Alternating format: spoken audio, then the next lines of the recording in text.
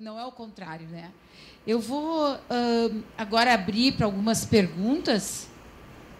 E nós temos aqui várias. Eu vou ter que fazer uma seleção, porque nós estamos já chegando ao final. Pois não? Doutor, uma coisa que... nós tivemos duas situações. A primeira delas, a questão dos 60 dias, onde houve realmente uma portaria. A Defensoria Pública fez a impugnação judicial e ganhou. No tocante, aquela situação que eu coloquei, seria, pela lei, 60 dias a partir do diagnóstico, e a portaria do Ministério da Saúde jogou esse prazo um pouquinho mais para frente, que consistiria na colocação, na inscrição lá no Siscam, né? Agora nós tivemos recente também uma nova portaria do Ministério da Saúde que limitou, pelo menos a meu ver, a Lei 11.664, que dispõe que as mamografias elas devem ser realizadas a partir de 40 anos de idade da mulher. Isso é uma luta política, e isso foi motivado, enfim, por uma lide cotidiana das pessoas que lutaram politicamente para que essa garantia fosse inscrita na lei. E como a senhora colocou num dos slides aqui, por isso mesmo que eu queria fazer a pergunta diretamente, que a política do INCA, enfim, e do Ministério da Saúde também, ela vai no sentido de realizar a mamografia nas pessoas com 50 anos para cima, quando, a bem da verdade, a lei estipula 40. Sendo que entre 40 e 50 só se faria a mamografia, eu acho que no caso de diagnóstico, né? Mamografia diagnóstico, eu acho que mais ou menos foi isso que eu peguei, que eu entendi. Eu queria entender isso, porque, assim, pelo menos no aspecto legal, a gente vê uma incoerência na forma de execução da política pública. Essa portaria que eu faço referência, ela se utilizou de um agora eu não me lembro, é um fundo de coisas estratégicas, alguma coisa que eu acho que vai garantir o dinheiro para realizar a mamografia. Talvez a senhora possa explicar melhor, mas deixou de lado o outro grupo, que é entre 40, quer dizer, lógico, o grupo desde que haja suspeita, mas enfim, entre 40 para frente, a priori teria que ter a política meio que igual, não? Bom, primeiro...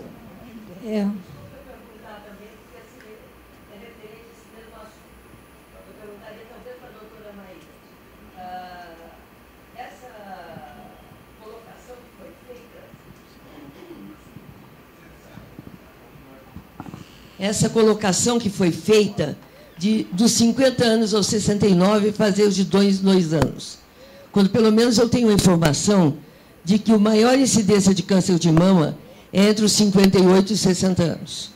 Então, a mim, tem me causado surpresa. Esses dias eu vi a mesma afirmação e me causou surpresa. Eu gostaria aí da doutora Mayra me desse, em relação a isso, uma orientação. Obrigada.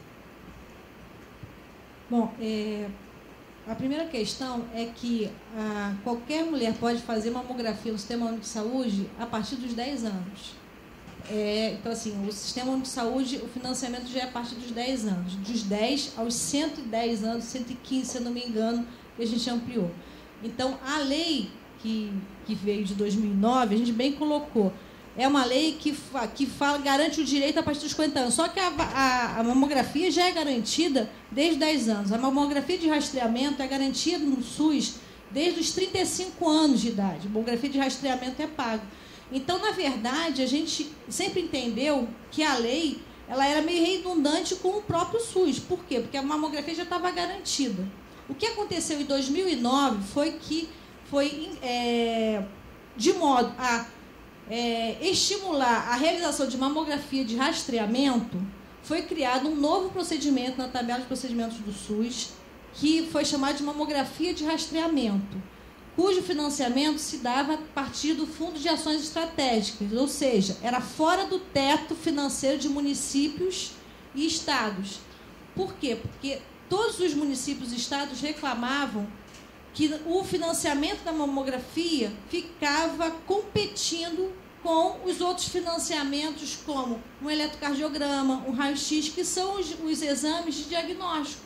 Então, foi criado dois procedimentos, um procedimento de mamografia para atender as mamografias diagnósticas e o de mamografia de rastreamento. E essa mamografia de rastreamento, ela era paga por um fundo de ações estratégicas, um fundo, um dinheiro que é extrateto. Tá? O que aconteceu na portaria anterior, essa portaria que foi publicada agora, não se tirou o financiamento, só foi mantido o Fundo de Ações Estratégicas para a mamografia de 50 a 69 anos. Mamografias de rastreamento fora dessa faixa etária, a partir dos 35 anos também, porque a gente não paga mamografia de rastreamento antes dos 35 anos de idade, ele vai ser pago com teto de média e alta complexidade. Esse teto ele é composto dos municípios com repasse do governo federal, Fundo Nacional de Saúde, com recursos do município e recursos do Estado, que é o que compõe o Fundo de Saúde, né? Que vai financiar as ações. Então, não foi retirado o pagamento. E uma questão que a gente tem, que a gente recomenda no Ministério da Saúde, que é a mamografia de rastreamento. O que é a mamografia de rastreamento? É chamar a mulher que está assintomática, que não sente nada, e ela faça regularmente, a cada 2 anos, a mamografia para diagnosticar as lesões, o câncer, né, já em estágios bem iniciais, porque nesse caso a gente vai diagnosticar o câncer mesmo. E as evidências colocam que é nessa faixa etária onde o risco de fazer a mamografia é bem menor do que o benefício, que é muito maior, que ela vai conseguir de prevenir e tratar o câncer. Então, é feito um balanço entre riscos e benefícios. E os estudos têm demonstrado, principalmente também os países que já implementaram o rastreamento, que na faixa etária, a partir dos 50 anos, é onde a gente faz mais mamografia, a gente faz mamografias e onde a gente diagnostica mais casos de câncer. A mamografia antes dos 50 anos de rastreamento, ela é indicada de acordo com cada caso. E a mulher deve ser orientada quanto aos riscos e benefícios dela se realizar a mamografia nessa faixa etária. Agora, uma política de rastreamento, onde eu tenho que convocar toda uma população para fazer a mamografia, eu tenho que avaliar se eu vou fazer mais bem do que mal para essa população. Então, enquanto política pública, a gente orienta a mamografia de rastreamento a partir dos 50 anos. Mamografias anteriores a essa faixa etária tem que ser conversado entre o profissional e a mulher para avaliar a indicação dessa mamografia. E o recurso não foi retirado, só mudou o tipo de financiamento. O financiamento continua e o valor é o mesmo, R$ 45,00. E também há um equívoco também de interpretação, porque o nome do procedimento é mamografia unilateral, e aí as pessoas, eu só vou fazer de uma mama? Não, você vai fazer das 2 mamas, vai pagar o exame das 2 mamas. Então, é importante ter essa clareza.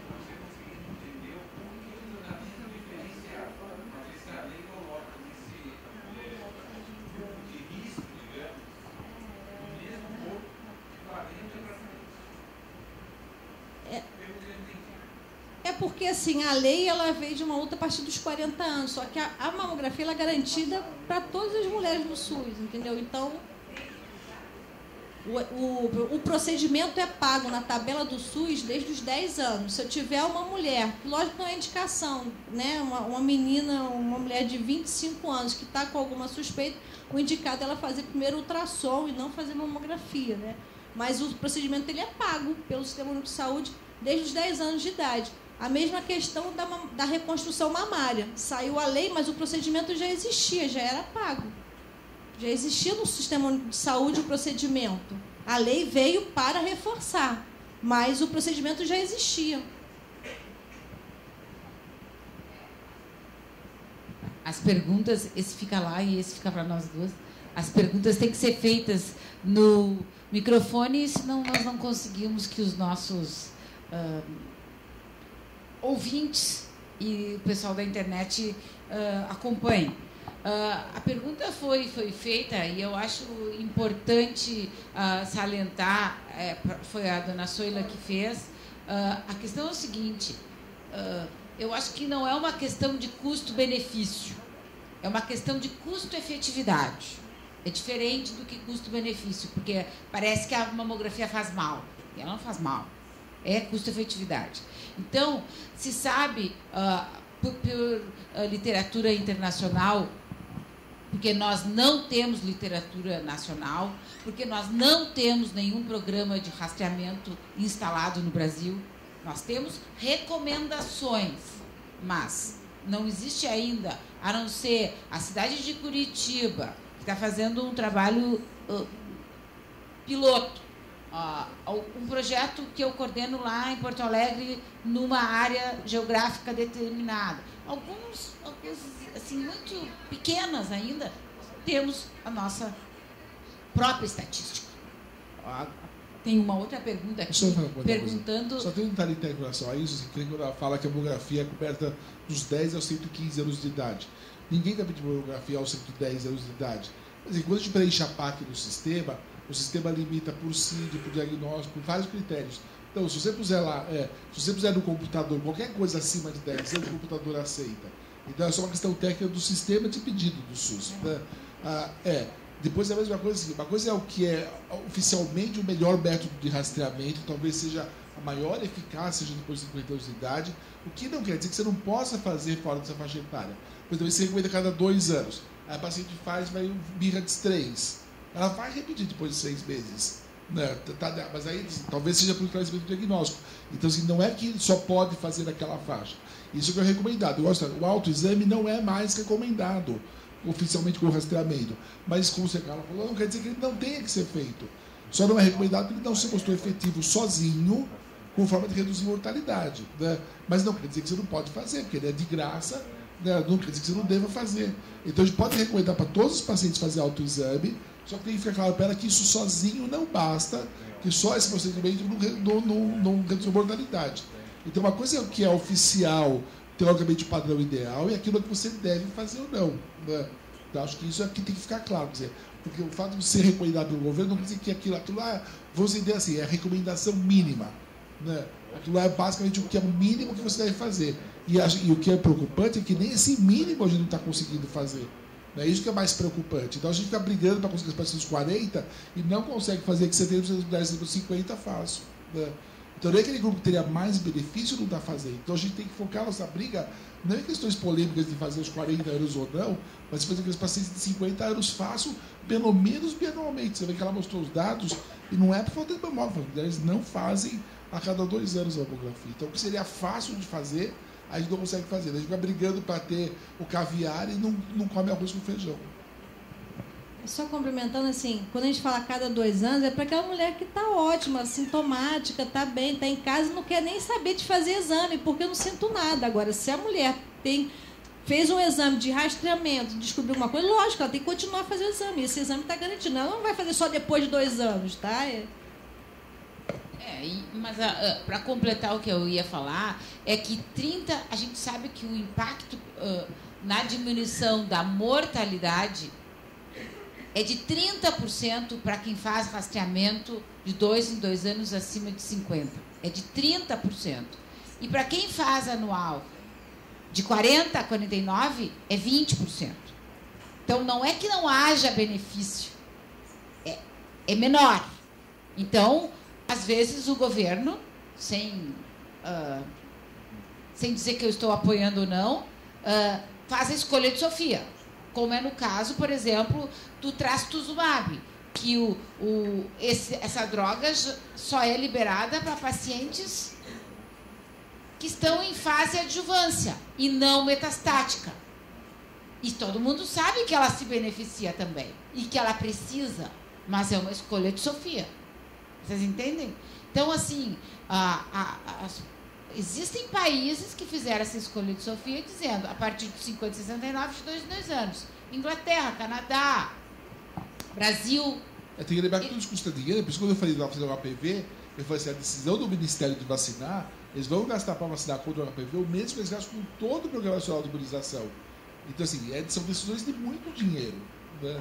E que, assim, para ter impacto, precisa ser cumprido. Por isso, as estratégias públicas de mobilização em escola, igreja e tudo, que senão é dinheiro jogado fora, né? Então, assim, então não é vamos vacinar. A gente sabe que é muito dinheiro, né? Então, assim, mas é claro que isso é uma prioridade, porque você tem um país onde morre muita gente com câncer de colo de útero.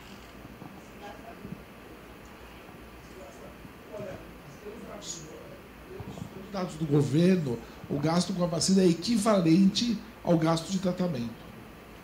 Né? Então, se você olhar os números da redução, tem na internet fácil de conseguir o parecer do DECIT de 2012. Tem um relatório bastante completo, de mais de 50 páginas, e o gasto hoje, se você somar rede pública e rede privada, do câncer de útero, é exatamente o que eles vão gastar com vacinação.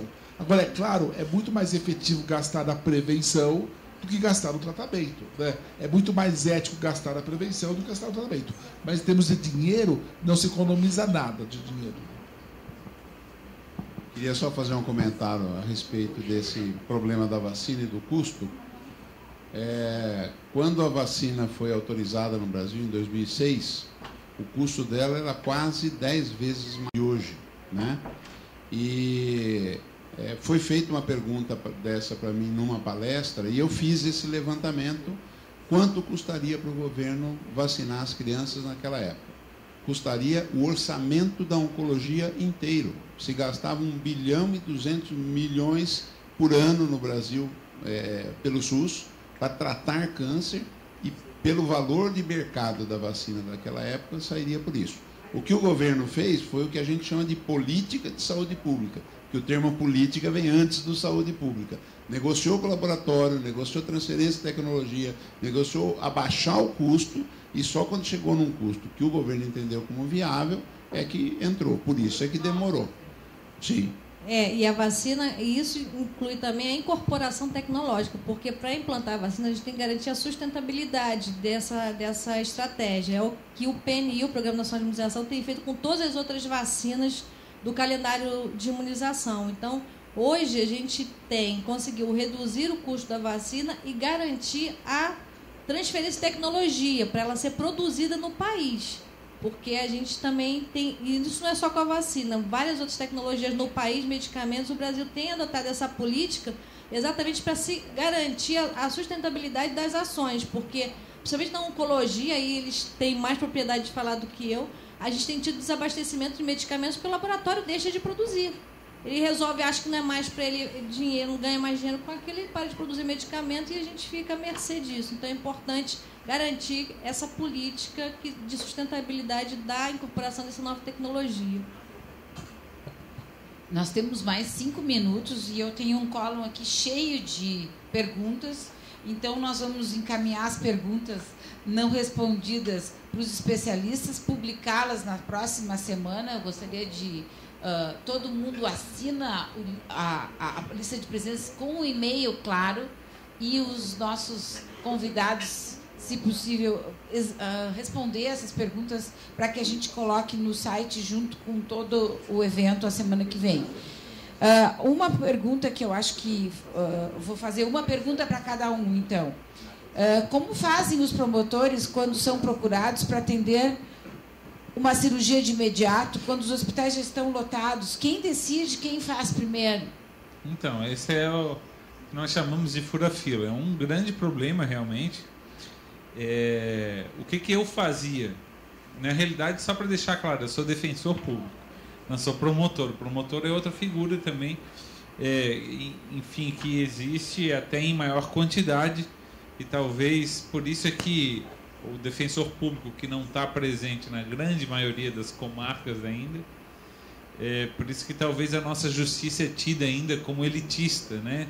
Então a pessoa pobre, ela não tem tanto acesso à justiça como tem a pessoa que pode pagar um advogado. Mas enfim, o que eu fazia? Eu requeria nas minhas ações que o sistema fosse obrigado a comprar fora a cirurgia, justamente para que não passasse na frente de outro. É uma forma, exatamente, é uma forma alternativa de não passar na frente, mas a bem da verdade, até nesse ponto, vocês vejam que eu falei que a judicialização ela não é boa para a gestão, de saúde. Mas ela precisa, muitas vezes, acontecer para salvaguardar o direito do indivíduo. Mas até nesse ponto ele não é bom, porque ele sai mais caro para o Estado. Né? E o Estado somos nós, né, que pagamos os impostos, então a gente pensa nesse ponto também quando faz. Mas no caso não tinha como fazer diferente. Né? Doutor Gabriel, só para ilustrar o que o senhor está falando, tem aqui uma internauta que entrou de Manaus, dizendo que ela teve câncer e ela toma tamoxifeno, e o CACOM lá, que é o FACECOM, que ela vai há mais de 15 dias, diz que não tem remédio, ela sabe que é obrigação do Estado fornecer, mas informa que não tem previsão e ela está sem a medicação.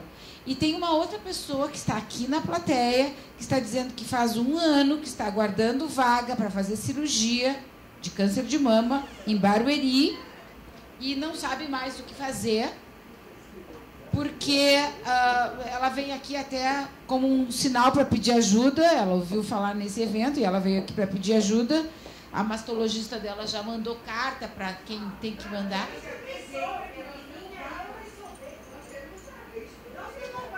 Então calma. Se a pessoa não quis identificar, depois do final, faz assim, procura esse grupo que elas têm vaga. E aí nós vamos resolver este problema. Não. Certo. O que eu estou dizendo é que isso é o que está acontecendo aí fora. Então, a questão... Mayra, e é bem essa situação, porque assim, quem faz a política pública defende a política pública com unhas e dentes como uma política que dá certo e que funciona, que foi investido mais de bilhões e bilhões de reais e cada vez mais. É assim.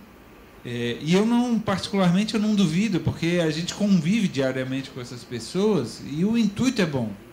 Agora, na prática, é furo constantemente. E essa pessoa que está aqui na plateia, que diz que não consegue a cirurgia, ela não está conseguindo de fato. Por quê? Porque, enfim, a estrutura do município dela não está atendendo. Muitas vezes, eu acredito muito mais nela, que está aqui dizendo que não consegue, do que das pessoas. Eu vejo isso na prática. Funciona assim. Eu sou um agente público e quando eu vejo as pessoas no atendimento da Defensoria Pública e tem fila, eu peço para ele, vocês têm ali o papelzinho para fazer a avaliação. Por gentileza, façam o que vocês estão sentindo, porque a gente precisa disso para pedir mais defensor, mais cadeira, para pedir isso. Então, assim, eu acredito muito mais no foco do objeto do serviço público do que quando nós estamos pensando de boa fé para atendê-los. Quando, enfim, eu estou fazendo um processo, nosso objetivo é o melhor possível, mas ele falha. E é importante que a gente saiba disso e tente identificar o porquê que isso acontece. Isso acontece cotidianamente. Olha, o outro ponto que a colega de Manaus colocou, e eu, quando falava na minha fala, eu coloquei, a doutora Beatriz também colocou agora, muitas vezes o laboratório não está vendendo a medicação, noutras vezes o processo licitatório ele tem início quando já não há mais medicação no estoque. Isso é importante se colocar. O sistema público, agentes públicos se utilizam da morosidade do processo licitatório para ganhar um respiro financeiro. Então, por mais que esteja padronizado o medicamento não chega porque o processo licitatório demorou. Não é o laboratório que está se negando a dar medicação, é o gestor que está atrasando o procedimento de licitação para ganhar respiro financeiro em detrimento da sua população. E nesse ponto é que nós, cidadãos, não só defensor público, mas cidadãos como cidadãos usuários do sistema público de saúde, é que temos que entrar para cobrar, realmente. E aí fazer as representações para o Ministério Público, para a Defensoria, para que a gente possa, inclusive, cobrar responsabilidades. Né? Tem uma pergunta da Isabel Crivellati que eu acho muito interessante, mas é provocativa só, porque eu acho que não sei. Quem é responsável no Brasil pela fiscalização das leis? Porque o tratamento já está assegurado por lei que tem que ser feito em 60 dias. E ele não está sendo feito em 60 dias, porque o Siscam nem está funcionando ainda na maioria dos lugares. Então, assim, quem fiscaliza o Ministério da Saúde? Então, quem fiscaliza uma democracia? Quem é a parte principal, quem é a dona do nosso Estado? Somos nós. Quem fiscaliza a democracia? Somos nós. Quem vai fiscalizar o descumprimento de uma lei? Somos nós, cidadãos. Quando nós temos uma federação de entidades filantrópicas, quando nós temos um eventual sindicato, quando nós temos organizações de sociedade civil, quando nós temos uma instituição pública voltada a essa fiscalização bem aparelhada, são instrumentos que auxiliam, mas a gente vê, nós temos dificuldades de responsabilização hoje na nossa democracia. Nossa democracia é extremamente falha porque nós temos dificuldades de responsabilizar os agentes públicos. E também nós temos também uma falha de cobrança, digamos, uma cobrança propositiva por parte dos cidadãos, dos usuários. Quantas e quantas vezes nós vemos, digamos, as leis serem descumpridas, né, e não fazemos nada. Veja que eu perguntei para a doutora Beatriz a questão da mamografia dos 40 dias. Ela deu uma resposta convincente. Olha, o financiamento continua, funciona, a mamografia existe, mas eu, Gabriel, vou precisar saber, como defensor público, e isso não é desmerecer, porque, digamos, o médico também afirmou que, olha, o principal momento, os médicos colocam, é entre 50 para frente. Mas por que a lei prevê dos 40 anos para frente e a execução da política pública está de 50 para frente? E quando a escolha de Sofia, na escolha de Sofia, eu trabalho com o orçamento da União de apenas 4,25% do orçamento geral para a saúde. Cada estado da federação gasta 12%. Na União, a gente tem um orçamento de saúde de 106 bilhões de reais. Isso representa 4,25% do orçamento geral da União.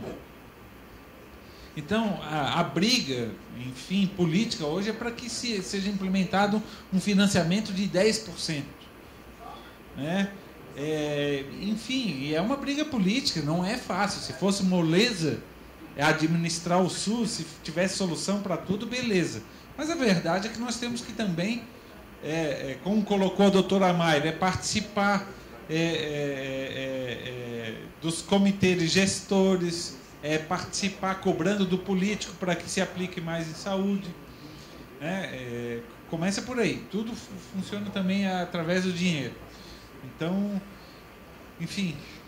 Só complementando, todas essas políticas, né, ela é tripartite. O Ministério da Saúde pode ter essas determinações, mas isso tem que ser articulado junto ao Estado e junto ao município. Todas essas instâncias, todas essas portarias, elas foram pactuadas tripartites, com representantes secretários municipais e estaduais de saúde. Por quê? Porque a política, a política de saúde não se faz no governo federal, ela se faz com esses 3 entes federados e precisa do controle social também estar acompanhando. Então, assim, aí nós cidadãos, não eu, Beatriz, né, funcionária pública do Ministério da Saúde, mas nós, cidadãos, a gente tem que continuar acompanhando. E o nosso desafio é fazer com que essa engrenagem funcione. A questão do Siscam. O Siscam é só a ferramenta para acompanhar o tempo.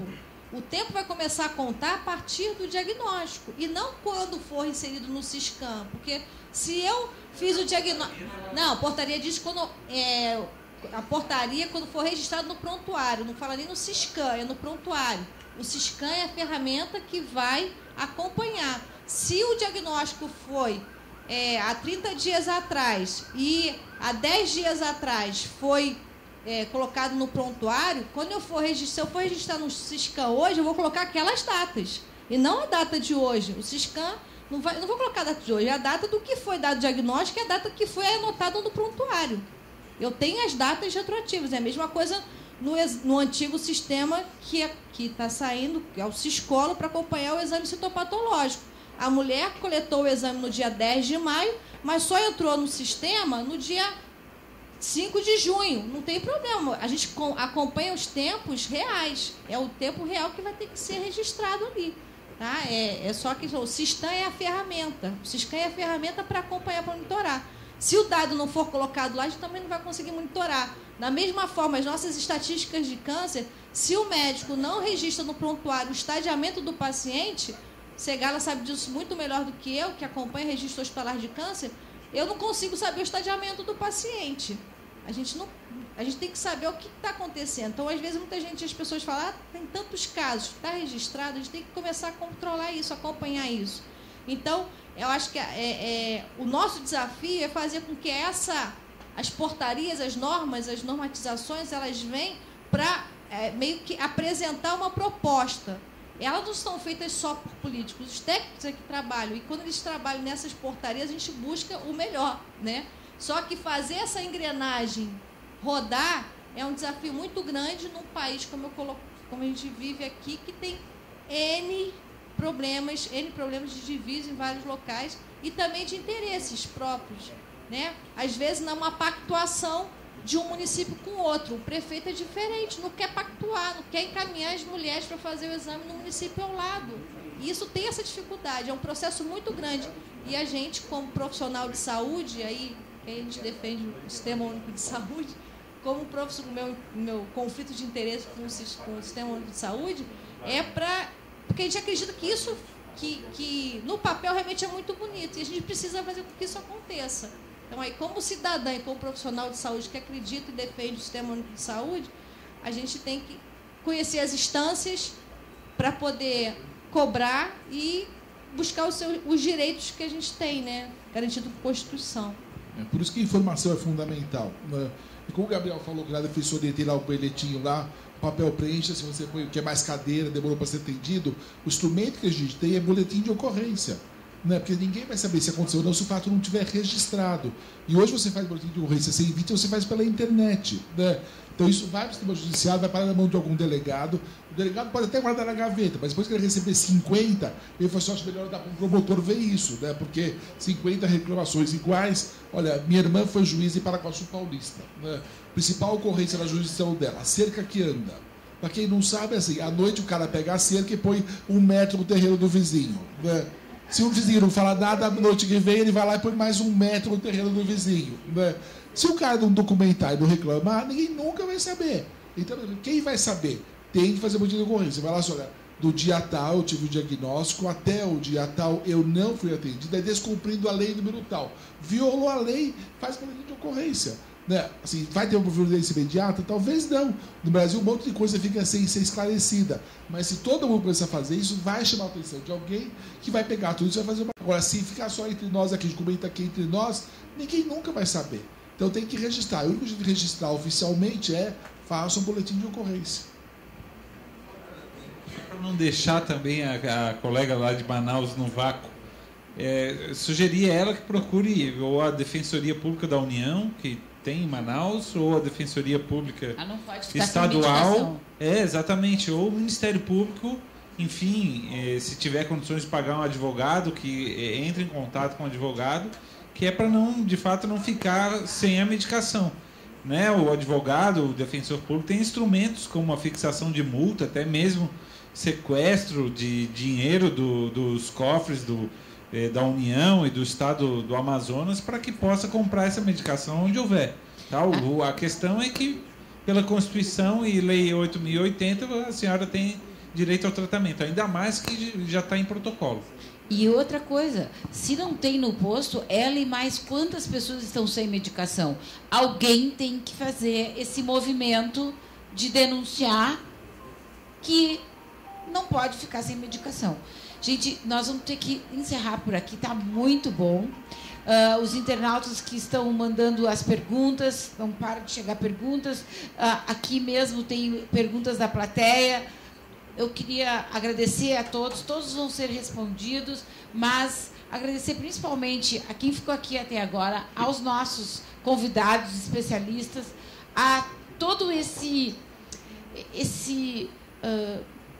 número imenso de pessoas que defendem a causa do câncer, que estão preocupados com isso, aqui no Brasil, na América Latina, no mundo todo, porque se a gente não unir esforços, se a gente não unir as nossas vozes, nós não vamos conseguir dobrar esse número de sobreviventes que a gente quer. Nós queremos, até 2025, ver que o número de sobreviventes dobrem de tamanho, e para isso nós precisamos diminuir a mortalidade e talvez interferir mais nas nossas políticas públicas. Muito obrigado a todos e boa tarde.